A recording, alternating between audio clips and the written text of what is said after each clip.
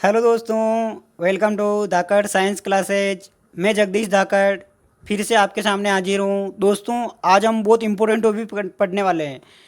इतना important topic है कि मान के चलो कि रीट में एक सवाल पक्का है। त्रिभुज की सर्वांग समता, ये ध्यान रखना, बहुत इंपॉर्टेंट टॉपिक है रीट की दृष्टि से, क्योंकि स्पेशल रीट में बड़े बड़े अक्षरों में सिलेबस में लिखा हुआ है कि त्रिभुजों की क्या सर्वांग समता। तो इसको तो गलती से भी गलती करके छोड़ना नहीं है, समझ में आया ना दोस्तों। तो जो मैंने कल आपको पढ़ाया था ना, कल वाला पार्ट जाके देख लेना, वो बहुत इंपॉर्टेंट है, ध्यान रखना, वो इसी से संबंधित है, इसलिए मैंने कल आपको वो पढ़ाया। और वो भाग छोटा रखने का मेरा मकसद यही था। कल मैं सर्वांग क्षमता पढ़ा देता, लेकिन मैंने सोचा नहीं, आज बच्चों को क्या करें, केवल त्रिभुज की रचना समझाए। कल हम सर्वांग क्षमता पर बात करेंगे। तो दोस्तों इधर ध्यान दें, हम बात करने वाले हैं आज त्रिभुजों की सर्वांग क्षमता। सर्वांग क्षमता को बहुत बारीकी से पढ़ेंगे, बारीकी से, इतनी बारीकी से पढ़ेंगे कि आपने कभी इतना इतना बारीकी से पढ़ा ही नहीं होगा। और ऐसा नहीं कि हमने पूरी दो चार किताबें भर देंगे, ऐसा भी नहीं है, एक दो पेज में खत्म हो जाएगी, लेकिन बहुत बारीकी से पढ़ेंगे। तो दोस्तों इधर ध्यान देना, मैं क्या बोल रहा हूँ। सर्वांग क्षमता पढ़ेंगे, मान के चलो रीट में पक्का इस पे सवाल आएगा, ये चीज़ आपको क्लियर हो गई। अब दोस्तों आगे बात करता हूँ मैं, कि मैंने आपको ये बताया कि त्रिभुज का जो हम निर्माण करते हैं ना, तो ये इसमें अवयव कितने होते हैं, 6 अवयव होते हैं। कल हमने बात की थी कि त्रिभुज की रचना के लिए कम से कम कितने अवयव चाहिए दोस्तों, 3 अवयव चाहिए। अब ध्यान देना, मैं थोड़ा सा एक बार रिकॉल कर देता हूँ। 3 अवयव चाहिए, 3 में से एक तो हो सकता, देखो पहली स्थिति थी हमारे पास कौन कौन सी, भुजा भुजा भुजा, तीनों भुजा हो। दूसरी कौन सी थी कि 2 भुजा हो और एक कोण हो। ध्यान रखना, कोण का मध्य मध्य का होना चाहिए, ठीक है ना, कोण किस मध्य का होना चाहिए, ये बात कर ली थी हमने। तीसरी बात की थी हमने, एक भुजा हो, कोण कोई सा भी हो, देखो एक भुजा हो, एक तो भुजा हो और कोण कोई सा भी हो। चौथी बात की थी हमने कि समकोण हो, समकोण की बात की थी हमने, ये बात की थी ना चारों, ये चारों आज इसका उपयोग यहाँ करेंगे हम। तो इधर ध्यान देना दोस्तों, ये कल का मैंने, देखो कल वाला पार्ट है, उसका शॉर्ट रूप ये है, इतना सा बस।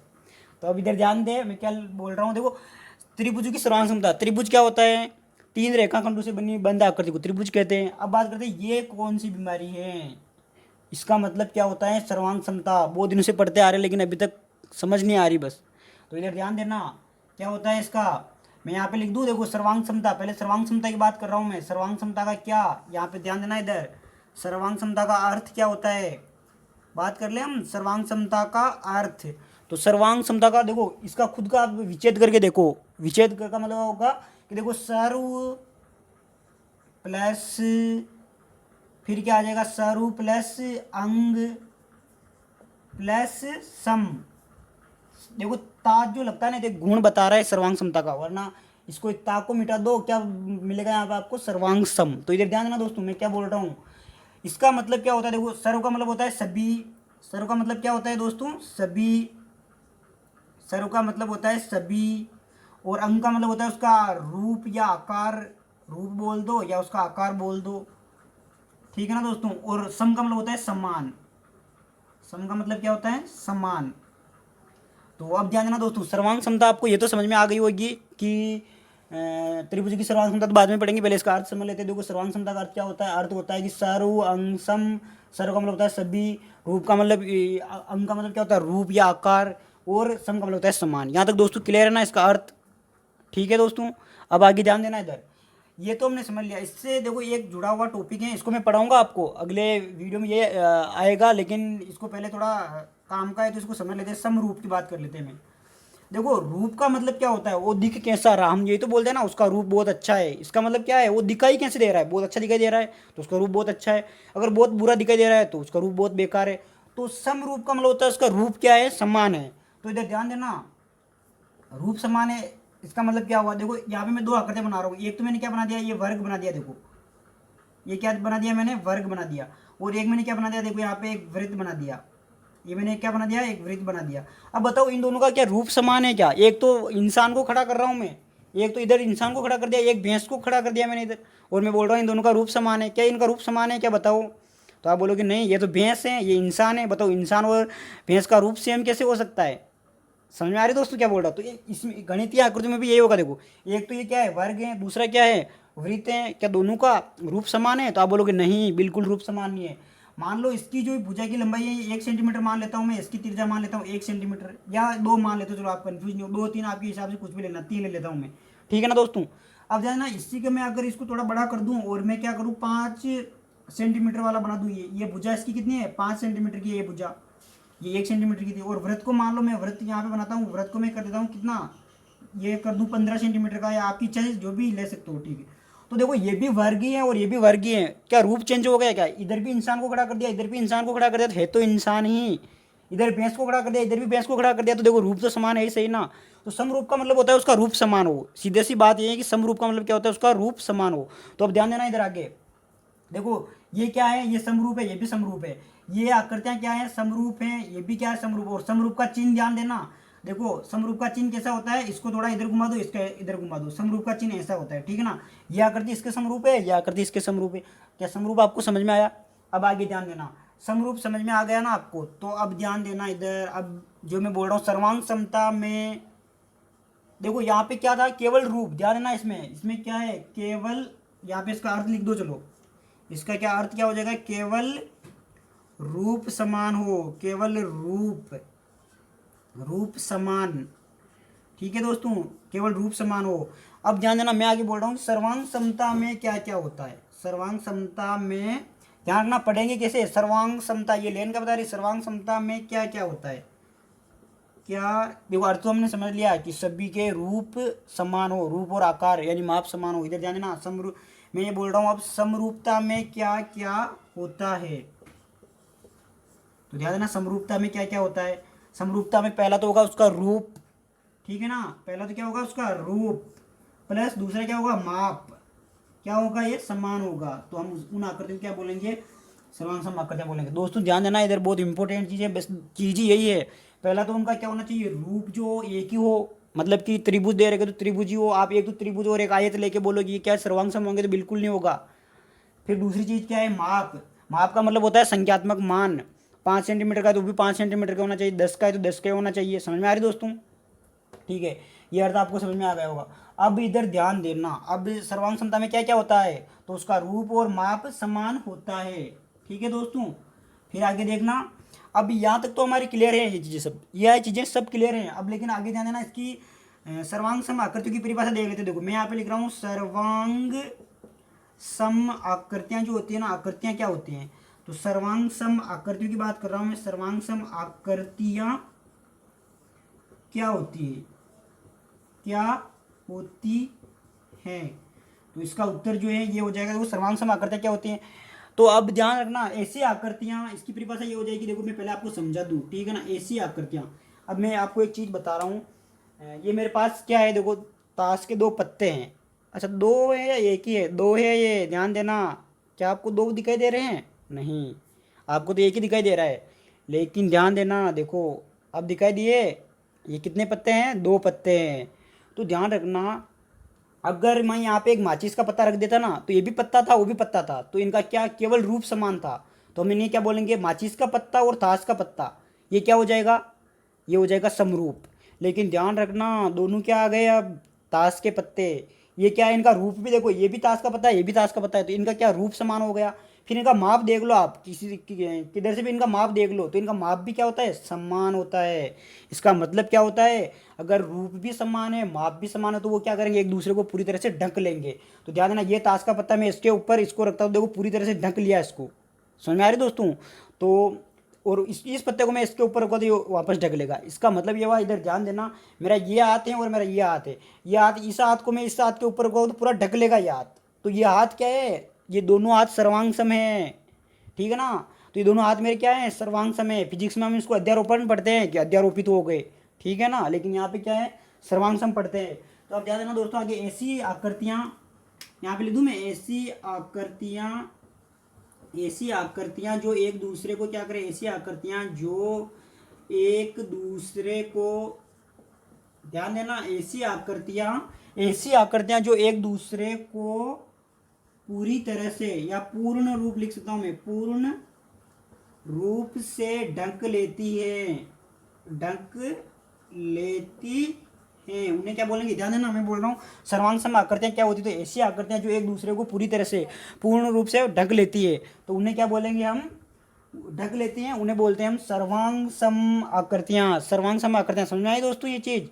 फिर आगे ध्यान देना, सर्वांग सम, अच्छा इसका प्रतीक, अब देखते हैं प्रतीक। देखो ध्यान रखना, गणित में जो भी चीज़ पढ़ते हैं ना, उसका प्रतीक, प्रतीक का मतलब होता है उसका निकनेम।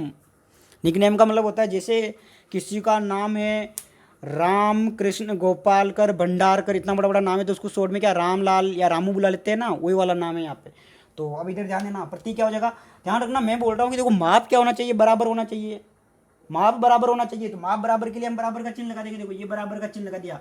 ये बराबर का चिन्ह क्या बताता है, ये बता रहा है कि माप क्या है, बराबर है, ये तो बता रहा है। फिर मैं बोल रहा हूँ उनका रूप भी समान होना चाहिए, तो और रूप के लिए हम कौन सा चिन्ह लगा रहे हैं, ये तो इसको इसके ऊपर बिठा दो। तो दोस्तों समझ में आया ये चीज़ समझ में आएगी नहीं आई, देखो ये चीज़ आपको समझ में आ गई तो इसका मतलब आपका जो बेसिक मूलभूत है यानी फंडा जो है ना वो क्लियर हो गया गणित का। अब हम सर्वांग क्षमता को पढ़ने में बहुत आसानी होगी। इधर ध्यान दें दोस्तों मैं क्या बोल रहा हूँ, ये चीज़ आपको समझ में आई कि नहीं आई, पहले तो आपको मेरे को ये बता दो। अब ध्यान देना सर्वांग क्षमता की हम बात कर रहे हैं, अच्छा इसका ये थोड़ा आपको बारीकी से समझना है, तो इसकी ध्यान देना। सर्वांग सम आकृति की बात कर लेते हैं, सर्वांग सम आकृति क्या होती है, देखो यहाँ पे मैं बात कर लूँ सर्वांग सम आकृति की, तो इधर ध्यान देना पहले तो रूप समान होना चाहिए, दूसरी बात क्या है, दूसरी बात है उसका माप भी समान होना चाहिए। तो इधर ध्यान देना, देखो ये क्या मेरे पास वर्ग है, इस वर्ग को मैं बोल देता हूँ कि ये वर्ग मेरे पास ये वर्ग जो है, इसको थोड़ा सही बना लूँ नहीं तो आप बोलोगे कि ये वर्ग है। देखो ये वर्ग मेरे पास कितना है, 5 सेंटीमीटर का है, ठीक है दोस्तों। अगर मैं यहाँ पे 10 सेंटीमीटर का वर्ग बना देता हूँ तो बताओ क्या वो सर्वांग सम होंगे, तो बिल्कुल नहीं होंगे, वो क्या होंगे, समरूप। तो ध्यान रखना मैं क्या करता हूँ यहाँ पे, मैं एक काम करता हूँ कि मैंने क्या किया कि मैंने ये 5 सेंटीमीटर का क्या बना दिया, देखो वापस वर्ग बना दिया। 5 सेंटीमीटर का वर्ग ये है, 5 सेंटीमीटर का वर्ग है। देखो पहले तो चीज़ देखो इसमें डायरेक्ट ध्यान रखना, गणित में जब भी काम करते हैं ना तो परिभाषा पर फोकस करो, परिभाषा सूत्र इन पर फोकस करो। अगर इन पर आपने काम करना अच्छे से सीख लिया ना तो गणित, चाहे आप बायो के हो, चाहे गणित के हो, चाहे आर्ट्स के हो, गणित आपको आने से कोई नहीं रोक सकता। तो देखो परिभाषा क्या है, रूप, तो रूप बताओ क्या है, दोनों का वर्ग है। बताओ माप क्या है, 5 5 है, तो ये क्या है, ये सर्वांग सम है। सर्वांग सम का मतलब होगा कि आप इसको ऊंचा के इसके ऊपर रखो तो ये ढक लेंगे एक दूसरे को, बिल्कुल ढक लेंगे। तो ये दोनों क्या है, सर्वांग सम है। अगर मैं वृत्त की बात कर लेता हूँ, यहाँ पे देखो एक वृत्त मैंने बनाया कितना, 1 सेंटीमीटर त्रिज्या का, दूसरा वृत्त बनाया मैंने कौन सा, 1 सेंटीमीटर त्रिज्या का। तो ये दोनों वर्ग क्या है, वृत्त क्या है, एक दूसरे के क्या है, ये सर्वांग सम। इसको इसके ऊपर बिठाओ, इसके ऊपर बिठाओ, ये क्या कर लेंगे, एक दूसरे को ढक लेंगे। तो दोस्तों ध्यान दे इधर मैं क्या बोल रहा हूँ, इनमें पहली चीज़ तो है कि इनका रूप क्या होना चाहिए, समान होना चाहिए। तो बताओ ये दोनों सर्वांग सम है क्या, बिल्कुल नहीं है, क्यों, क्योंकि एक तो वर्ग है दूसरा क्या है। तो गणित में ध्यान रखना आयत होता है, वर्ग होता है, बेलन वगैरह सब कुछ होते हैं, इनका रूप अगर समान है और माप समान है तो क्या होंगे, सर्वांग सम। और केवल रूप समान है, माप समान नहीं है। मान लो यहाँ पे ये कितना है, ये 10 का कर देता ना मैं, तो इनका क्या है कि माप तो समान है ही नहीं। और बताओ ये क्या है, इनका रूप समान है, तो ये केवल क्या हो जाएंगे, समरूप। और ये दोनों का माप भी समान कर देते तो क्या हो जाएगा, ये सर्वांग समता। तो दोस्तों इतना बारीकी से मैंने समझा दिया कि शायद जो बिल्कुल ही कभी किसी ने सर्वांग समता पढ़ी नहीं वो बच्चा भी सर्वांग समता को समझ सकता है दोस्तों। अगर आपको थोड़ी डाउट है तो वापस वीडियो को बैग लेके फिर देखे फिर आगे आइए, ठीक है दोस्तों। अब हम आगे चलते हैं दोस्तों, ध्यान दे इधर मैं क्या बोल रहा हूँ। अब मैंने इसका आप ऐसा करो, जल्दी से पहले स्क्रीनशॉट ले लो, आप जल्दी से इसका स्क्रीनशॉट ले लो, मैं थोड़ा साइड में हो जाता हूँ, स्क्रीनशॉट ले लीजिए। तो दोस्तों मैं आशा करता हूँ कि आपने इसका स्क्रीनशॉट ले लिया होगा। तो दोस्तों अब ध्यान देना इधर, अब त्रिभुज की सर्वांग क्षमता हम पढ़ रहे हैं। अर्थ समझ में आया, सर्व अंग सम आकार समान हो गया, ये देखो मैंने पढ़ा दिया, इसको आप ध्यान से समझ लेना। मैं तो आपको ये बता दूं कि रूप और माप दोनों का समान है, रूप और माप दोनों का समान है तो हम उन्हें क्या बोलेंगे, सर्वांग सम आकृति हम बोल सकते हैं। और केवल रूप समान है तो उन्हें क्या बोलेंगे, हम समरूप बोल सकते हैं। इधर ध्यान देना दोस्तों। अब बात करते हैं, ये तो मैंने आपको सर्वांग समता या सर्वांग सम शब्द जो है ना इससे मैंने आपको परिचित करवाया। अब मैं आगे बढ़ रहा हूँ, त्रिभुज की सर्वांग समता, रीट में डायरेक्ट बड़े बड़े अक्षरों में लिखा हुआ है त्रिभुज की सर्वांग समता। तो आइए दोस्तों उसकी बात करते हैं। अब त्रिभुज की सर्वांग समता की बात करते हैं। देखो यहाँ पे लिख दूँ त्रिभुज की सर्वांग समता, तो देखो मैं दो त्रिभुज बना रहा हूँ यहाँ पे। ये मैंने एक त्रिभुज बना दिया, देखो त्रिभुज बनाया तो नाम रखना ही पड़ेगा। नाम रख दिया क्या, ए रख दिया इस बिंदु का, इसका बी रख दिया, इसका सी रख दिया, ठीक है दोस्तों। फिर मैं रख देता हूँ इसका नाम, ध्यान देना एक त्रिभुज और बना रहा हूँ मैं। अब ध्यान रखना सर्वांग समता हमेशा दो चीज़ों की देखी जाएगी, ऐसा नहीं कि अकेली का बेटा बेटा आप सर्वांग समता देखते रहो, दो चीज़ें की सर्वांग समता देखी जाती हैं। तो प्यारे साथियों इधर ध्यान दे, ये क्या, इसका नाम देता हूँ मैं पी क्यू आर। दो त्रिभुज बना दिए मैंने, ए बी, ये वाला ये वाला, ये दोनों त्रिभुज सर्वांग सम है या नहीं है, आइए देखते हैं। तो ध्यान देना मैं आपको क्या बता रहा हूँ कि हम इनको मानेंगे कि ये सर्वांग सम है और फिर सर्वांग समता की शर्त लिख देंगे। तो मैं देखो क्या बोल रहा हूँ, ये त्रिभुज मैंने बनाए। अब मैं बोलता हूँ कि यदि, यहाँ पे शर्त लिख रहा हूँ मैं, ध्यान देना, यदि त्रिभुज ए बी सी, अब ध्यान ना ये त्रिभुज जो बनाया ना मैंने, आकृति नंबर 1 जो बनाया ना मैंने, इसका नाम क्या है? त्रिभुज ए बी सी। बताओ दूसरा त्रिभुज का नाम क्या है मेरे पास? त्रिभुज पी क्यू आर। दोस्तों समझ में आ रही है क्या चीज़? बिल्कुल आ रही होगी।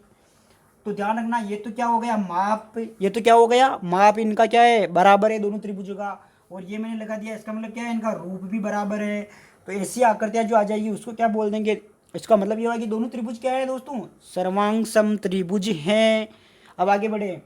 मैंने बोल देखो, यदि लगाया मैंने, यानी शर्त लग रही है यहाँ पे, यदि ये त्रिभुज सर्वांग सम है तो क्या क्या होगा? है तो क्या होगा? है तो संगत कोण, यहाँ पे लिख रहा हूं मैं, संगत कोण और संगत भुजा। ध्यान देना, संगत भुजा क्या होगी? संगत भुजा की बात कर लेता हूं मैं। संगत भुजा क्या होगी? समान। समान का मतलब होता है बराबर।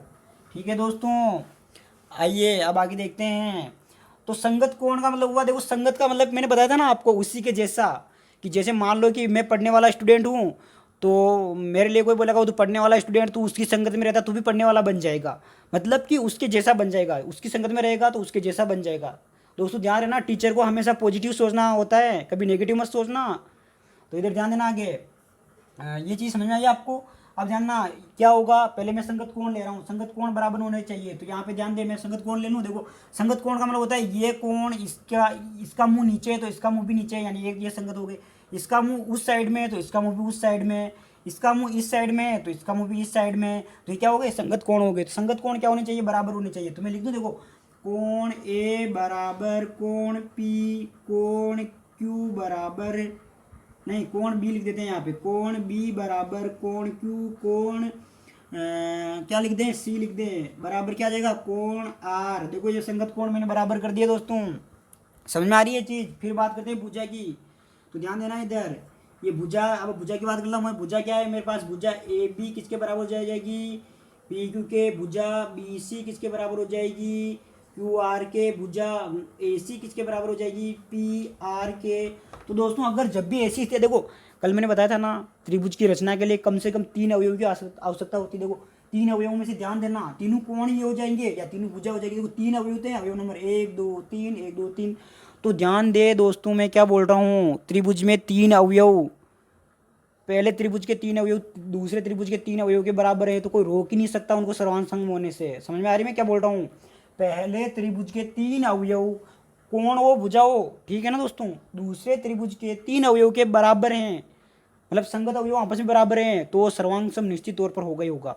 ठीक है दोस्तों, तो ये हमारा सर्वांग समता का क्या है? आधार है। तो ये होगा, तो ये शर्तें होनी चाहिए, मतलब ये दोनों शर्तें लागू हो जाती हैं ये, तो क्या होगा? ये त्रिभुज क्या होंगे? सर्वांग सम होंगे। तो दोस्तों जल्दी से इसका स्क्रीनशॉट ले लीजिए। अब हम बहुत इंपॉर्टेंट सर्वांग समता के नियम है, इन पर बात करने वाले हैं, तो इसका जल्दी से स्क्रीनशॉट ले लीजिए दोस्तों। अच्छा एक मिनट दोस्तों, एक चीज़ और लिख लें यहाँ पे, फिर इसका स्क्रीनशॉट ले लेना आप। ध्यान रखना, जो आकृतियाँ सर्वांग सम हैं उनके क्षेत्रफल क्या होते हैं? ध्यान रखना, जो आकृतियाँ सर्वांग सम हैं उनके परिमाप और क्षेत्रफल क्या होते हैं? आपस में बराबर होते हैं। तो मैं यहाँ पे लिख दूँ, सर्वांग सम आकृतियों के, यहाँ पे लिख रहा हूँ मैं, देखो सर्वांग सम आकृतियाँ हैं, सर्वांग सम आकृतियों, सर्वांग सम आकृतियों के, ध्यान रखना, सर्वांग सम आकृतियों के माप, यहाँ पे लिख दूँ मैं माप। माप का मतलब क्या क्या हो जाएगा? देखो एक तो परिमाप हो सकता है, परिमाप हो सकता है, दूसरा उसका क्षेत्रफल, और क्या आ जाएगा? उसका क्षेत्रफल की बात करते हैं, और क्षेत्रफल। ध्यान दे, इधर क्षेत्रफल की बात कर रहे हैं यहाँ पे। क्षेत्रफल क्या होता है? देखो परिमाप क्या, सर्वांग सम आकृतियों के माप क्या होते हैं? माप समान होते हैं। अच्छा सम्मान का मतलब ध्यान रखना, सम्मान को मतलब कोई समझ नहीं पा रहा ना, तो बराबर होते हैं, बहुत सिंपल भाषा में बोलते हैं, क्या होगा दोस्तों? बराबर होगा। ठीक है, आगे ध्यान दे इधर। तो इसका मतलब ये हुआ कि ध्यान देना, ये इस त्रिभुज का जो परिमाप है ना, वो इस त्रिभुज का परिमाप होगा, और इस त्रिभुज का जो क्षेत्रफल है वो इस त्रिभुज के क्षेत्रफल के बराबर होगा। तो दोस्तों ध्यान देना, ये चीज़ सबसे बहुत इंपॉर्टेंट चीज़ है ये। मैं क्या बोल रहा हूँ समझ लेना इसको। सर्वांग सम आकृतियों के माप क्या होते हैं? समान या बराबर होते हैं, होते माप का मतलब हो गया हेतु उसका परिमाप हो सकता है या उसका क्षेत्रफल हो सकता है, क्या होगा, बराबर होगा। तो दोस्तों जल्दी से इसका स्क्रीनशॉट ले लीजिए, फिर हम आगे बढ़ते हैं। तो बहुत अभी नियम जो आ रहे हैं ना सर्वांग त्रिभुज की सर्वांग समता के नियम, ये बहुत इंटरेस्ट वाले नियम है जो आपको काफ़ी बोरिंग लगते होंगे, लेकिन आप देखना अभी कितने मज़ा आता है पढ़ने में। दोस्तों जल्दी से स्क्रीनशॉट ले लीजिए। तो दोस्तों इसका स्क्रीनशॉट आपने ले लिया होगा। दोस्तों ध्यान रखना, सर्वांग समता का सीधा मीनिंग है कि इस आकृति को उठा के इसके ऊपर बिठाओ ना, तो थोड़ा सा भाग भी बाहर नहीं निकले। समझ में आ रहा है ना? आप ताश को पीछे थे ना पहले ऐसे ऐसे, तो ताश का एक भी पता उधर इधर बाहर नहीं निकलता था। दोस्त क्या थी, ताश के सारे पत्ते क्या थे, सर्वांग सम थे। तो दोस्तों ध्यान देना, सर्वांग सम हमने समझ लिया है। अब हम क्या करते हैं दोस्तों, अब हम एक काम करते हैं कि अब हम सर्वांग समता के नियम पढ़ लेते हैं। सर्वांग समता के नियम बहुत इंपॉर्टेंट हैं, ध्यान रखना। और मैं इनको बहुत सरल रूप में आपको बता रहा हूँ, ये भी आप ध्यान रखना। तो अब क्या पढ़ेंगे हम, सर्वांग समता के नियम, ठीक है ना दोस्तों, सर्वांग समता के नियम, ठीक है। इसके नियम क्या क्या हो सकते हैं, देखो पहला नियम आएगा हमारे पास, मैं यहाँ पे लिख रहा हूँ, त्रिभुज तो ये रहेगा मेरा, ठीक है ना, त्रिभुज से मेरा क्या रहेगा, ये रहेगा। लेकिन हम नियम की बात करें, देखो पहला नियम आएगा मेरे पास, कौन सा पहला नियम, देखो आप तो ये त्रिभुज अलग अलग बनाना, मैं तो क्या है कि मेरे हिसाब से एक ही बना रहा हूँ, पहला हम तो ये बना रहा हूँ, फिर दूसरे में चेंज कर लेंगे। पहला नियम आ जाएगा मेरा, देखो कल मैंने बताया था ना कि त्रिभुज की रचना के लिए कम से कम 3 अवयव चाहिए। 3 अवयव में से ध्यान रखना, पहला तीनों भुजा दे रखी हो, पहला तीनों भुजा दे रखी हो, तो मैं लिख दूँ यहाँ पे, देखो भुजा, फिर आ जाएगा भुजा, और फिर आ जाएगा भुजा, फिर क्या आ जाएगा भुजा, इंग्लिश में इसको बोलेंगे साइड साइड साइड, ठीक है दोस्तों। नियम, ये नियम में क्या कहता है, देखो ये नियम ये कहता है कि एक त्रिभुज की तीनों भुजाओं, तीनों संगत भुजाओं के माप क्या हो, समान हो, तो वो त्रिभुज क्या होगा, ऐसे इससे सर्वांगसम होगा। तो इधर ध्यान देना, ये त्रिभुज दे रहे, देखो मेरे को ये त्रिभुज दे रहे कि मान लो इसको मैं 4 सेंटीमीटर मान लेता हूँ, उसको 5 सेंटीमीटर मान लेता हूँ, उसको 6 सेंटीमीटर मान लेता हूँ, इसी को भी मैं क्या मान लूँ, 4 सेंटीमीटर, 5 सेंटीमीटर, 6 सेंटीमीटर मैं मान रहा हूँ इनको। तो अब ध्यान देना, ये नियम क्या कहता है, फिर ये नियम ये कहता है कि देखो ये त्रिभुज यहाँ पे बनाने हैं आपको, ये त्रिभुज जो मैंने बनाया ना उसको यहाँ पे बनाने हैं आपको, ठीक है दोस्तों। तो अब ध्यान देना, ये नियम ये कहता है कि ये एक त्रिभुज है, त्रिभुज की तीनों संगत भुजाएं, ये लिख दूं मैं, एक त्रिभुज की संगत भुजाएं, यहाँ पे जाना ना, ये परिभाषा लिख रहा हूँ मैं, आगे नहीं लिखूंगा, संगत भुजाएं दूसरे त्रिभुज की संगत, ध्यान रखना, दूसरे त्रिभुज की संगत, एक त्रिभुज की संगत भुजाएं दूसरे त्रिभुज की संगत भुजा के समान हो, बस इतना सा है इसमें, समान हो, तो इसे क्या बोलेंगे हम, ऐसे ऐसे नियम बोलेंगे। अब ध्यान देना, इसमें देखो कैसे आएगा ये, मैंने आपको बताया था ना कि त्रिभुज के अगर त्रिभुज की आपको रचना करनी 3 अवयव चाहिए, इसमें 3 अवयव, ध्यान देना, देखो ये 4 सेंटीमीटर, ये भी 4 सेंटीमीटर थे, इसका मतलब क्या हुआ कि ए बी जो है ना मेरा, ये ध्यान रखना, इसको ए बी बोल दूँ मैं या चाहे बी ए बोल दूँ, बात एक ही है ये। इसको भी मैं क्या बोल दूँ, पी क्यू बोल दूँ या क्यू पी बोल दूँ, बात एक ही है। तो ये किसके बराबर है, देखो ये मेरे पास किसके बराबर है, पी क्यू के बराबर, और ये कितना है, 4 सेंटीमीटर है, ठीक है दोस्तों। आगे देखते हैं, देखो बी सी जो है ना मेरा, बी सी क्या है मेरा, ये है क्यू आर, या फिर आप ये भी बोल सकते हो, या ध्यान रखना, या फिर क्या बोल सकते हो आप, आर क्यू भी बोल सकते हो। ये कितना आया मेरा, ये है मेरा 5 सेंटीमीटर। फिर आगे ध्यान देना दोस्तों, फिर अगली भुजा आ जाएगी मेरी ए सी आ जाएगी या सी आ जाएगी, बात एक ही है। तो ये आ जाएगी पी आर आ जाएगी, या तो या फिर क्या आ जाएगी, आर पी, आर क्यू आ जाएगी, नहीं आर पी आ जाएगी, देखो आर पी, ठीक है ना दोस्तों, आर पी आ जाएगी। ये कितनी है, 6 सेंटीमीटर। तो दोस्तों सही तो ना, देखो आर पी या पी आर। तो बस ये 3 अवयव हो गए, देखो 1 2 3 अवयव हो गए, इनसे आप क्या करोगे, देखो तीनों का क्या माप देखो त्रिभुज है यानी क्या हो गया, रूप समान हो गया, माप भी बराबर है, मतलब इसका मतलब हुआ कि ये इसको क्या करेगा, ढक लेगा, और ये भी क्या करेगा, इसको ढक लेगा, ये इसको ढक लेगा, ये इसको ढक लेगा। इसका मतलब ये हुआ कि ये क्या है, सर्वांग सम है।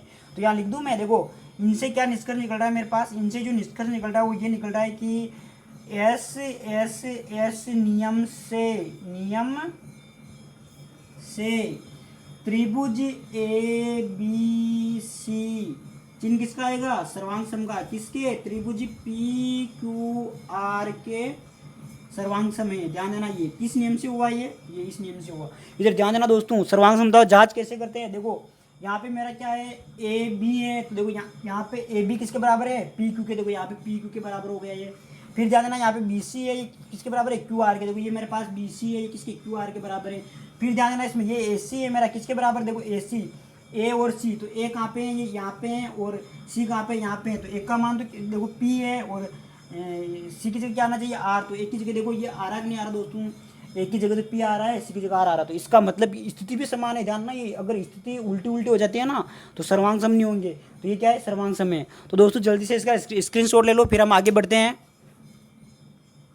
एक नियम हो गया हमारा, ध्यान देना, एक नियम हो गया, इसके 4 नियम है। तो दोस्तों आपने इसका स्क्रीनशॉट ले लिया होगा। तो मैंने अब तक क्या बताया आपको, मैंने ये बताया कि त्रिभुज की रचना के लिए 3 अवयव चाहिए। त्रिभुज की रचना के लिए दोस्तों कितने अवयव चाहिए, बोलो, 3 अवयव चाहिए।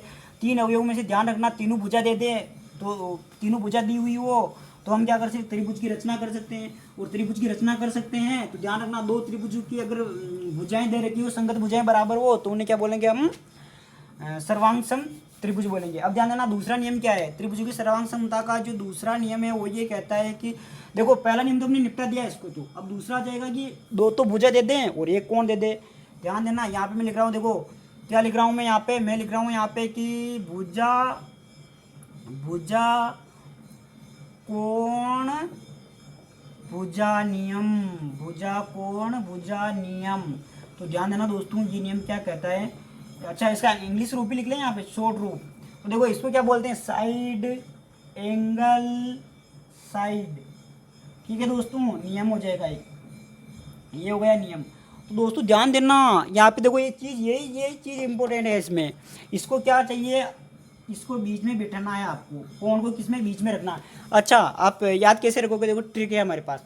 आप स्कूल में अध्यापक बन जाओगे, अध्यापक बन के क्या स्कूल में पढ़ाने जाओगे, स्कूल में पढ़ाने जाओगे ना, तो देखो स्कूल में सब तरह के बच्चे होते हैं, सही बच्चे भी होते हैं और अज्जड़ बच्चे भी होते हैं। तो ध्यान रखना अज्जड़ को हमें सही बनाना है, हमें हमेशा अध्यापक के तौर पर सकारात्मक रहना है। तो ध्यान देना, देखो ये सही बच्चा है, ये भी सही बच्चा है, ये अज्जड़ बच्चा है, तो अज्जड़ को हम क्या कहाँ बिठाएंगे, सही बच्चों के बीच में बिठा देंगे, ताकि वो क्या सके, इधर से भी सीखे और इधर से भी सीखे। तो इधर से भी सीखेगा इधर से भी सीखेगा तो क्या बनेगा, वो भी सही बन जाएगा। तो ध्यान रखना ट्रिक क्या है हमारी, हम अज्जड़ को कहाँ बिठाते हैं, बीच में बिठाते हैं। अज्जड़ को कहाँ बिठाएंगे हम, जो अज्जड़ बच्चा होता है उनको दोनों सही बच्चों के बीच में बिठाते हैं। तो ये भी सही बच्चा है, सही का मतलब हो गया एस और अज्जड़ का मतलब हो गया ए। तो दोस्तों ट्रिक याद रह जाएगी, ठीक है। अब आ गया ये, तो मैं त्रिभुज बना दूँ, देखो वापस यहाँ पे मैंने एक त्रिभुज बना दिया। इस त्रिभुज का नाम क्या रखें दोस्तों, बोलो नाम क्या रखें, ए बी सी रख देते हैं दोस्तों। एक त्रिभुज और बना दूँ मैं, देखो यहाँ पे मैंने दूसरा त्रिभुज बना दिया, इसका नाम क्या रखूँ मैं, पी क्यू आर रख देता हूँ दोस्तों। अब ध्यान देना, हमें पी क्यू आर को देखो क्या करना है, सर्वांग सम करने के लिए मैं क्या करता हूँ, मैं एक काम करता हूँ कि पहले तो भुजा लेता हूँ मैं, दूसरा कोण का कौन सा होना चाहिए, मध्य का होना चाहिए। तो ध्यान देना, एक भुजा ले ली मैंने 4 सेंटीमीटर, कोण ले लिया मैंने 60 सेंटीमीटर, ये ले लिया मैंने 5 सेंटीमीटर। तो देखो दोनों भुजा की मध्य का कोण मध्य का ही है ना ये। ध्यान देना कोण अगर ये दिया होता ना तो फिर सर्वांग समता भूल जाओ इसमें। फिर दूसरी बात करें तो देखो कोण कितना हो जाएगा, 60 डिग्री का हो जाएगा, और ये भुजा भी कौन सी हो जाएगी, 4 सेंटीमीटर की, ये 5 सेंटीमीटर की है। तो ध्यान देना, अब ये त्रिभुज सर्वांग सम है क्या, तो बिल्कुल होगा, आसान है। देखो कैसे, इधर ध्यान देना, पहला हमें क्या दे रखा, देखो पहला हमने कौन सी दी, भुजा दे रखी, तो मैंने भुजा लिख दी। भुजा कौन सी दे रखी है हमारे पास, भुजा दे रखी है ए बी। बताओ ए बी किसके बराबर है, तो ये पी क्यू के बराबर है। बताओ कितनी है, 4 सेंटीमीटर, दोनों बराबर है। फिर आगे बात कर लेते हैं हम, इधर ध्यान देना, आगे किसकी बात कर रहे हैं, बताओ कोण कौन कौन से बराबर है, कोण बी किसके बराबर है, कोण क्यू के कितना है, 60 डिग्री का है। फिर आगे क्या है, बी सी किसके बराबर है, बताओ बी सी बराबर है किसके, क्यू आर के। तो दोस्तों त्रिभुज की रचना के लिए 3 अवयव चाहिए, तीनों अवयव बराबर हैं और 2 त्रिभुज है और संगत अवयव बराबर थे। ये इसको क्या करेगा, ढक लेगा, ये इसको क्या करेगा, ढक लेगा। यहाँ पे आप लिख देना, आप दोनों क्या करेंगे, ढक लेंगे। ढक लेने का मतलब उसके ऊपर पूरी तरह से आ जाएगा, ठीक है दोस्तों। तो हम क्या लिखेंगे यहाँ पे, फिर हम लिखेंगे किससे, कि हम लिखेंगे सास से, मतलब एस एस से, अज्जड़ को बीच में बिठाना है। नियम से क्या हो जाएगा, नियम से त्रिभुज ए बी सी किसके सर्वांग सम है, त्रिभुज पी क्यू आर के। ध्यान देना, जब भी आप ऐसा करते हो ना तो क्या करोगे, इनकी स्थिति जरूर बना लेना। देखो यहाँ पे मेरा ए बी की जगह क्या आ रहा है, पी क्यू आ रहा है, तो देखो ये ए बी रहा है, इसकी जगह पी क्यू आ रहा है क्या, बिल्कुल अब तक तो ठीक है। कोण बी की जगह कोण क्यू आ रहा है क्या, देखो बी की जगह क्यू आ रहा है क्या, बिल्कुल ठीक है। बी सी की जगह ध्यान देना, क्यू आर आ रहा है क्या, देखो ये रहा मेरा बी सी और क्यू आ रहा है, इसका मतलब ये क्या है, सर्वांग सम है। तो दोस्तों जल्दी से इसका स्क्रीनशॉट ले लीजिए, हम आगे बढ़ते हैं।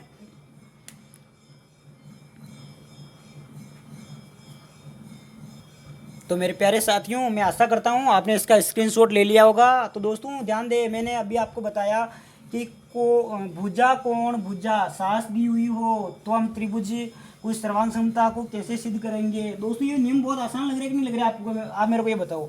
तो दोस्तों कमेंट करके जरूर बताइए कि ये आपको कैसे ये नियम कैसे लग रहे हैं। तीसरा नियम आता है, इधर ध्यान देना दोस्तों, तीसरा नियम आता है वो ये कहता है कि साहब आपने 3 भुजा ली थी, ठीक है, एक भुजा को गायब कर दिया, 2 भुजा ली, ठीक है, अब एक भुजा ले लो। तो इधर ध्यान देना, एक तो क्या दी हो हमें, भुजा दी हुई हो, एक तो भुजा, फिर 2 क्या हो, कोण दिए हो, तो भुजा कोण कोण नियम। ध्यान देना इसके इंग्लिश नाम जो है ना 2-4 हो जाएंगे, 2-4 कौन कौन से हो जाएंगे इधर ध्यान देना। पहला तो मैं इसी को लिख दूँ, देखो साइड एंगल एंगल। ध्यान रखना देखो, अब जो एक सही बच्चा है, 2 अज्जड़ बच्चे हैं, तो किधर भी बिठाओ ना अज्जड़ तो रहेंगे सही वो। तो इधर ध्यान देना, देखो क्या है ये, इसको आप ऐसा भी लिख सकते हो। दूसरा नाम इसका क्या हो जाएगा, देखो या दूसरा नाम क्या हो जाएगा, देखो इसमें ये है कि साइड का कोई बीच में होना जरूरी नहीं है, समझ में आ रही है दोस्तों। तो इसको आप ये भी लिख सकते हो, देखो क्या, एंगल साइड एंगल, या और क्या लिख सकते हो उसको आप, इसको ये लिख सकते हो एंगल एंगल साइड। ये 3 नाम क्या है, इसी के है ये, ठीक है ना दोस्तों। तो चलो इसके बारे में बात कर लेते हैं। देखो मैं यहाँ पे एक त्रिभुज बना रहा हूँ, मैंने एक त्रिभुज बनाया, इसका नाम क्या है इस त्रिभुज का, देखो इसका नाम है ABC। फिर मैंने दूसरा त्रिभुज बना दिया, इसका नाम क्या है PQR। फिर ध्यान देना, अभी यहाँ पे बस चीज़ यही तो समझने वाली है, क्या, भुजा। तो मान लो यहाँ पे मैं भुजा ले लेता हूँ, चलो कोई सा भी, ठीक है ना, भुजा में ले लेता हूँ। चलो इसको समझना आप यहाँ पे, ठीक है ना, ये एंगल एंगल इस चीज़ को समझना पहले। ये एंगल ले लेता हूँ मैंने, कौन सा, मान लो 60 डिग्री ले लिया मैंने, और भुजा ले ली मैंने 4 सेंटीमीटर, ये मैंने ले लिया 70 डिग्री, ठीक है ना दोस्तों। इसमें मैं यही करता हूँ, क्या करता हूँ, ये ले लिया मैंने 60, ये ले लिया 4, ये ले लिया 70 डिग्री। तो अब देखना आप दोस्तों, अब इसमें क्या क्या चीज़ आ रही है। पहला तो एंगल आ रहा है, एंगल ए जो है ना, संगत कोण किसके बराबर है, P के। फिर भुजा आ रही है, क्या, भुजा आ रही है AB, किसके बराबर है, देखो PQ के बराबर है। फिर मैंने बताया आपको क्या दोस्तों, कोण B जो है किसके बराबर है, कोण Q के। तो दोस्तों ध्यान देना इधर, इसमें क्या आ गया साहब, एक तो आ गया हमारे कोण, दूसरा आ गई भुजा, तीसरा आ गया कोण। तो इसको ये भी बोल सकता हूँ मैं, कोण कोण भुजा। तो अभी इसको ध्यान से समझना दोस्तों, कैसे समझोगे, तो क्या लिखेंगे हम ये लिखेंगे कि ये क्या है, कोण साइड, मतलब एंगल साइड एंगल नियम से क्या हो जाएंगे, ये नियम से हो जाएंगे, ये ध्यान देना, नियम से क्या हो जाएगा, त्रिभुज ABC सर्वांग में त्रिभुज किसके, त्रिभुज PQR के। तो दोस्तों ध्यान रखना, ये कर लेते हो आप, करने के बाद एग्जाम में ये देगा, लेकिन ध्यान रखना स्थिति जरूर मिला लेना आप। स्थिति मिला था, देखो को एक ही जगह क्या होना चाहिए, P होना चाहिए। देखो एक ही जगह क्या P है क्या मेरा, बिल्कुल है साहब, मेरा ए बी की जगह PQ होना चाहिए, AB की जगह PQ है क्या, बिल्कुल ठीक है। मेरा बी की जगह क्या होना चाहिए, Q होना चाहिए। B की जगह मेरा देखो B है, Q है। अब C की जगह कौन बचेगा, एक ही तो बच्चा है, R आ ही जाएगा, यानी मतलब ये क्या है, ध्यान रखना सर्वांग सम सही है। अब एक मैं ऐसा करता हूँ, आपको एक उदाहरण ऐसा दे देता हूँ जो सर्वांग सम नहीं है, ताकि आपको और जो डाउट है वो क्लियर हो जाए। तो एक काम करते हैं दोस्तों, यहाँ पे मैं एक त्रिभुज बना देता हूँ, और इसी का उदाहरण देता हूँ आपको। त्रिभुज थोड़ा टेढ़ा मेढ़ा बन रहा है, तो आप इसको देख लेना दोस्तों, ठीक है दोस्तों। तो अब ध्यान देना, मैं क्या बना रहा हूँ यहाँ पे, ये मेरा आ जाएगा ABCPQ। मेरे को ये करना, देखो मैं थोड़ा चेंज कर देता हूँ इसमें, क्योंकि हमें साइड तो किधर से भी ले सकते हैं ना। ध्यान दे मैं क्या बोल रहा हूँ, देखो दोनों आप कौन ले लो, साइड ले लो, मतलब मेरा कहने का मतलब ये है कि जरूरी नहीं कि भुजा बीच की हो। तो मैं एक काम कर लेता हूँ, क्या, ये कौन लेता हूँ 60 डिग्री का, ये उदाहरण दे रहा हूँ। ये कौन लेता हूँ मैं 70 डिग्री का, लेकिन भुजा ले लेता हूँ मैं इसके तो 4 ले लेता हूँ। ये कौन ले लेता हूँ मैं इसका 60 डिग्री का, और बताओ ये कौन कितना ले लूँ मैं 70 डिग्री का ले लूँ, और ये भुजा ले लेता हूँ मैं 4। समझ में आ रही दोस्तों, मैंने केवल भुजा चेंज कर दी। तो अब देखो ये सर्वांग सम होता है क्या नहीं होता, इसको देखते हैं। तो बताओ क्या है इसमें, कोण किसके बराबर है, P के। बताओ भुजा कौन सी बराबर है, भुजा AB जो है ना, ये किसके बराबर है, ध्यान देना, ये भुजा AB अब इस बार आ गई QR के बराबर। फिर बात की मैंने कोण B किसके बराबर है, बताओ कोण B जो है ना, कोण Q के बराबर है। तो दोस्तों अब इसको आगे देखना, अब मैं लिख दूँ कि किससे, इससे लिख देता। देखो पहले क्या दे रखा है, पहले दे रखा कोण, तो मैंने लिख दिया एंगल साइड एंगल नियम से। तो ध्यान देना नियम से क्या आ जाएंगे, अब नियम से आ जाएगा त्रिभुज ABC सर्वांग में त्रिभुज PQR के। अच्छा ये बार यहाँ पे ये सर्वांग सम है या नहीं है, इसके लिए जांच कर लेते। देखो स्थिति देखते हैं, बताओ ए की जगह क्या है पी, तो ए की जगह क्या आ रहा है पी, ठीक है साहब, यहाँ तक तो क्लियर है चीज़। बताओ ए बी की जगह क्या आ रहा है, ए बी की जगह आ रहा है मेरे पास, ए बी की जगह आ रहा है क्यू आर। समस्या आ गई, ध्यान से देखिए। या इसको मैं देखो इसी को मैं ये भी लिख सकता हूँ ना, ए बी की जगह क्या लिख दूँ, इसको मैं आर क्यू भी लिख दूँ, तो भी फर्क तो कोई पड़ने वाला है नहीं। लेकिन क्या ध्यान देना, बी की जगह क्या आ रहा है क्यू, बी की जगह क्यू आ रहा है, यहाँ तक तो सब मामला सेट था। लेकिन मामला कैसे गड़बड़ हुआ, मामला ऐसे गड़बड़ हुआ कि आपको क्या चाहिए, ए बी की जगह क्या चाहिए आपको, ए बी की जगह चाहिए था आपको क्या, ए बी की जगह चाहिए आपको, ए बी की जगह चाहिए आपको पी क्यू। लेकिन यहाँ पे क्या आ रहा है, ए बी की जगह आ रहा है देखो क्यू आर। तो किसी भी हालत में आप इस क्या नहीं कर सकते हो, इसको पी क्यू नहीं कर सकते हो। तो इसका मतलब ये क्या हुआ, ये सर्वांग सम नहीं है, ये सर्वांग सम नहीं है, ध्यान देना। तो देखो सर्वांग सम नहीं है, इसका भी मैंने उदाहरण बता दिया। देखो सब कुछ ठीक होते हुए भी सर्वांग सम लास्ट में नहीं हुआ है, यानी सर्वांग सम यहाँ पे लिख सकता हूँ मैं, त्रिभुज क्या है, त्रिभुज ए बी सी, त्रिभुज पी क्यू आर के सर्वांग सम नहीं है, सर्वांग सम नहीं है। तो दोस्तों इसका मतलब ये हुआ कि आप इस त्रिभुज को इसके ऊपर रखो ना, तो ये पूरी तरह से नहीं टिकेगा, थोड़ा सा भाग तो बच ही जाएगा। तो दोस्तों इसका भी आप जल्दी से स्क्रीनशॉट ले लीजिए। अब हम अगले नियम की बात करते हैं। दोस्तों समझ में आ रहा है धड़ाधड़, तो कमेंट करें कि हाँ सर हमें समझ में आ रहा है। तो दोस्तों आप ध्यान देना, इसका स्क्रीनशॉट ले लो पहले तो जल्दी से। तो दोस्तों हम अगले नियम की बात कर ही लेते हैं। आपने स्क्रीनशॉट ले लिया होगा, मैंने जो बताया आपको ये नियम आपको अच्छे से समझ में आ गया होगा। और इसका अगला उदाहरण जो मैंने बताया कि एक नहीं भी हो सकता है, ये वाला उदाहरण मैंने आपको बता दिया। बताओ अब लास्ट का नियम कौन सा बचा हुआ होगा, तो लास्ट का नियम ये बचा हुआ बस, कौन सा, आर एच एस। दोस्तों समझ में आ रहा, चौथा नियम है ये त्रिभुजों की सर्वांग समता का लास्ट नियम है। तो कौन सा नियम है, देखो समकोण, यहाँ पे लिख रहा हूँ मैं समकोण, समकोण ध्यान देना, इस राइट का मतलब हो गया समकोण कर्ण, समकोण कर्ण भुजा नियम, ठीक है ना दोस्तों। तो इसको अंग्रेजी में क्या लिख देंगे हम, अंग्रेजी में लिख देंगे हम क्या, समकोण को right angle R H S लिख देंगे, ठीक है दोस्तों। तो अब आगे ध्यान देना इसको। तो मैं समकोण देखो, जैसे समकोण का मतलब आ गया कोण कितना का होगा, बताओ 90 डिग्री का होगा। तो साहब ये 90 डिग्री का कोण बना दिया मैंने। थोड़ा त्रिभुज टेढ़े मेढ़े बन रहे हैं, ध्यान देना, ठीक है ना दोस्तों। ए बी सी हो गया, ये बताओ कोण कितना होगा, 90 डिग्री का होगा। तो ये 90 डिग्री लगा दिया मैंने। फिर एक त्रिभुज और बनाया मैंने, ये भी समकोण त्रिभुज बना दिया मैंने, ठीक है दोस्तों। ये बना दिया लो समकोण त्रिभुज। ये क्या आ जाएगा मेरा, ये आ जाएगा पी क्यू आर आ जाएगा, ये भी समकोण है तो 90 डिग्री का कोण हो जाएगा। अब ध्यान देना, देखो एक तो राइट एंगल दे दिया इसमें, एक तो राइट एंगल हो गया, एक क्या होना चाहिए, कर्ण होना चाहिए। तो ये कर्ण मान लेता हूँ मैं 10 मान लेता हूँ, ये भी मैं इसमें 10 मीटर मान लेता हूँ, या सेंटीमीटर जो भी मान लो आप। और ये मान लेते हैं 5, और ये भी मान लेते हैं 5।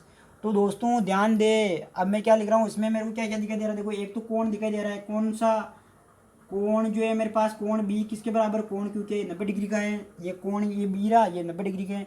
फिर दूसरा मेरे को दिखाई दे रहा है कर्ण दिखाई दे रहा है, तो मैं इसको कर्ण को क्या लिखता हूँ, ए सी जो है ना मेरे को दिखाई दे रहा है किसके, ये दिखाई दे रहा है मेरे को पी आर के। फिर मेरे को एक और क्या दिखाई दे रहा है, मेरे को बी सी दिखाई दे रहा है, देखो बी सी दिखाई दे रहा है किसके, क्यू आर के। तो दोस्तों नियम कौन सा लग जाएगा, आर एच एस नियम, नियम से क्या हो जाएगा, त्रिभुज ए बी सी सर्वांग सम हो जाएगा त्रिभुज पी क्यू आर के। देखो राइट नहीं लगाया अभी तक मैंने, स्थिति देख लेते हैं। बी की जगह क्या आना चाहिए, क्यू, तो ये बी ये रहा, क्यू आ रहा है क्या, बिल्कुल आ रहा है साहब, कोई टेंशन की बात ही नहीं है। बताओ ए सी की जगह क्या आना चाहिए, पी आर, तो ए की जगह तो क्या आना चाहिए पी, और सी की जगह क्या आना चाहिए आर, तो ए की जगह पी और सी की जगह आर, यहाँ पे ठीक है। बी सी की जगह क्या आना चाहिए क्यू आर, तो ये बी सी हो गया क्यू आर। तो देखो दोस्तों स्थिति मिल गई, इसका मतलब क्या है, सर्वांग सम है। तो दोस्तों सर्वांग समता जो है ना मैंने पूरी करवा दिया आज आपको, ठीक है ना। इससे संबंधित प्रश्न मैं आपको अगली क्लास में करवा दूंगा। तो दोस्तों ये वीडियो आपको कैसा लगा, अगर वीडियो अच्छा लगा तो वीडियो को लाइक करें, चैनल को सब्सक्राइब करें, और अपने दोस्तों को भी बताइए कि धाकड़ साइंस क्लासेज ने गणित प्रारंभ कर दी है। और ये गणित इतनी अच्छी पढ़ाई जा रही है कि रीट में 30 में से 30 नंबर कहीं पे नहीं गए। तो दोस्तों ध्यान दे, इधर मैं क्या बोल रहा हूँ, जो मैं पढ़ा रहा हूँ आप नोट्स बना रहे हो इसका, और नोट्स बना रहे हो और इन नोट्स का रिवीजन कर रहे हो, और आप अभ्यास प्रश्न सोल्व कर रहे हो, तो आपके गणित में 30 में से 30 नंबर कहीं पे नहीं गए दोस्तों। तो दोस्तों चैनल को सब्सक्राइब करें और अपने दोस्तों के साथ शेयर ज़रूर करें दोस्तों, ठीक है दोस्तों। धन्यवाद, मिलते हैं कल।